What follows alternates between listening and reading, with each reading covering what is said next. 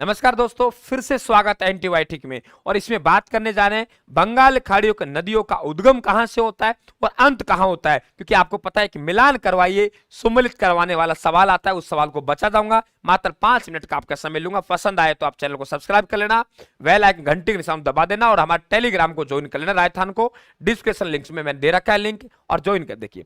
चंबल नदी, मित्रों चंबल नदी का उद्गम जाना पावा की पहाड़ियां मध्य प्रदेश से होता है। और मध्य प्रदेश से होने के बाद ये आपके राजस्थान में एंट्री करती है 84गढ़ नामक स्थान से। राजस्थान के 6 जिलों में बहती है। आपके चित्तौड़गढ़ हो गया, कोटा हो गया, बूंदी हो गया, सवाई माधोपुर हो गया, करौली हो गया, धौलपुर हो गया। तो आपके ये नदी फिर आपके उत्तर प्रदेश में जाती है। उत्तर प्रदेश में मुरादगंज आपके उत्तर प्रदेश में यमुना की सहायक बनती है। तो यमुना में ले जाकर अपना जल डाला है। इसकी लंबाई पहले तो कम आती थी 966 के आसपास, लेकिन आजकल हमको 1051 हमको पढ़ने को मिल रही है ये लंबाई। तो राजस्थान की सबसे लंबी नदी है। अव नाली का प्रदान करती है।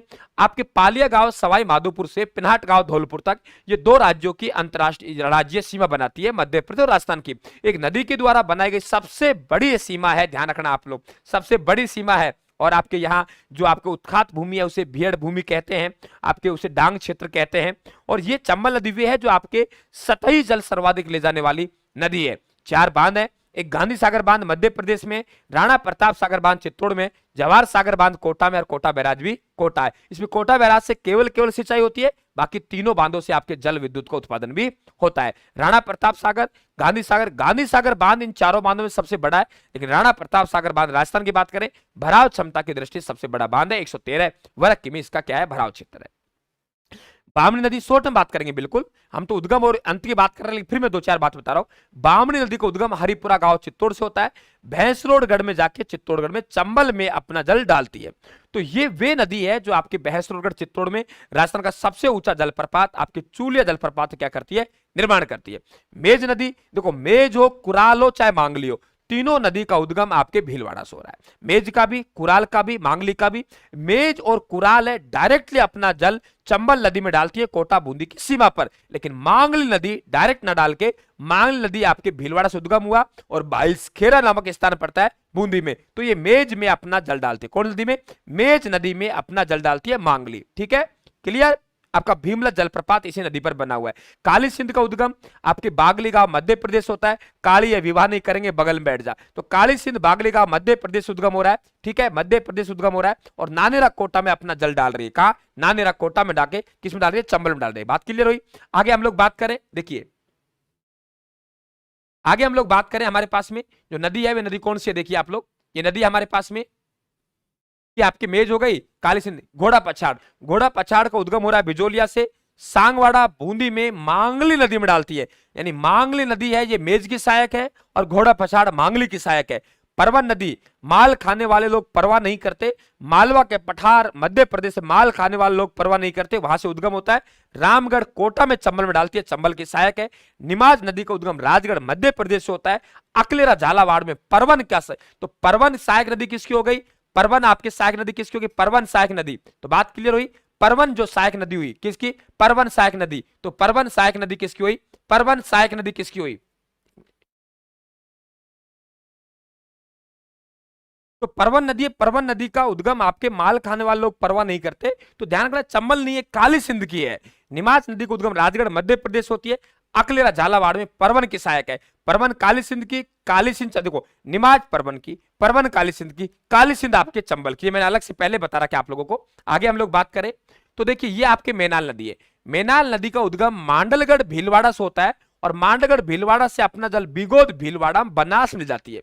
यहीं आपके एक नदी आती है बेड़च, तो बेड़च भी आपके अपना जल बिगोद भीलवाड़ा में जाती है। तो बनास मेनाल बेड़च का त्रिवेणी संगम बनता है। कोठारी नदी का उद्गम दिवेर राजसमंद से होता है और नंदराय भीलवाड़ा में अपना जल बनास में डालती है। तो आपसे पूछे कि आपके भीलवाड़ा में आप लोगों को बागोर सभ्यता है, तो बागोर सभ्यता आपके कोठारी नदी के किनारे, और मेजा बांध जिसे ग्रीन माउंट कहते हैं वे भी आपके कोठारी नदी के किनारे। तो राजसमंद से उद्गम हुआ, भीलवाड़ा में गए 2 जिले बचे। खारी नदी का उद्गम बिजराल राजसमंद से होता है। 4 जिलों में बहने के बाद आपके बनास में बीसलपुर टोक में ले जाकर अपना जल डालती है। और यहीं एक डाई नदी आती है जो भी यहाँ त्रिवेणी संगम बनाती है। तो बनास खारी डाई का क्या बनेगा? त्रिवेणी संगम। ये देखिए डाई का उद्गम अजमेर से हुआ है। बीसलपुर टोक में अपना जल बनास में और आपके खाड़ी के साथ त्रिवेणी संगम बनाती है। हम बात करें मासी नदी, तो मासी नदी का उद्गम है सिलोरा अजमेर से है। सिलोरा अजमेर से मासी नदी का उद्गम है और गहलोत टोक बनास में ये अपना जल डाल रही है। ध्यान रखना, मोरेल नदी चैनपुरा गांव जयपुर से उद्गम होता है, खंडार सवाई माधोपुर में अपना जल डालती है। और ये भी आपको ध्यान रखना है कि ये जो नदी है आपके मोरेल, तो आपके सवाई माधोपुर में जो मोरेल बांध बना हुआ है, मोरेल बांध इसी नदी पर बना हुआ है सवाई माधोपुर में।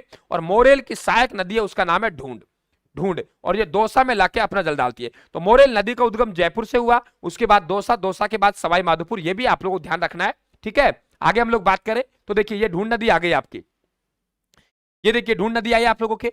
तो ये ढूंढ नदी है, इसका उद्गम हो रहा है अचरोल जयपुर से। कहां से हो रहा है? अचरोल जयपुर से ढूंढ नदी का उद्गम हो रहा है। ये देखिए अचरोल जयपुर से हो रहा है। कहां से हो रहा है? अचरोल जयपुर से। तो अचरोल जयपुर से इसका उद्गम हो रहा है। और मैं भी आपसे बात कर चुका था कि लालसोट दौसा में मोरेल में डालती है, मोरेल की सहायक है। जयपुर से उद्गम हुआ, दौसा में अपन जल लेगी, 2 जिले आते हैं और ढूंढार क्षेत्र इसीलिए कहते हैं ढूंढ नदी बहती है यहाँ पे। सहोदरा नदी अराया अजमेर से होता है, टोक मासी नदी में की सहायक है आप लोगों। कालीसील है सपोट्रा करौली से होता है, हाड़ोती करौली मोरेल बनास की सहायक है, एक साथ मिलती है। भांडी जयपुर से होता है, टोक बनास सहायक नदी है। पार्वती द्वितीय छावर करौली से होता है, राजाखेड़ा धौलपुर में गंभीरी सहायक है। बाण गंगा नदी बैराट जयपुर से फतेहबाद उत्तर प्रदेश यमुना में जाया करती थी, लेकिन अब नहीं जाती है क्योंकि अब ये आपके पानी कम पड़ गया। तो आपका भरतपुर का जो मैदानी इलाका है, भरतपुर के मैदानी इलाके में लुप्त हो जाता है। तो इस नदी को हम रुंडित नदी भी कहते हैं कि भाई रूठ गई है, तो इस नदी को रुंडित नदी भी कहते हैं। तो आंतरिक जल प्रवाह की नदियों की श्रेणी में आती है। तो ये सिरज हमारे आपके बंगाल खाड़ी का नदी का उद्गम कहां से हो रहा है, कौन सी नदी का उद्गम कहां से हो रहा है, सब कुछ हमने पढ़ा। और ये आप लगातार पढ़ते रहेंगे, निश्चित तौर से आपको यहाँ आपको इस सीरीज से बहुत फायदा होने वाला है। तो आपका राम साहब टेलीग्राम को जरूर ज्वाइन कर लेना, कौन सी और थोड़ी सी प्रैक्टिस कर लेना। तो आपको 5-5 मिनट करके ऐसी जानकारी दे रहे हैं, निश्चित तौर से आपके काम आएगी। राम साहब, धन्यवाद, थैंक यू।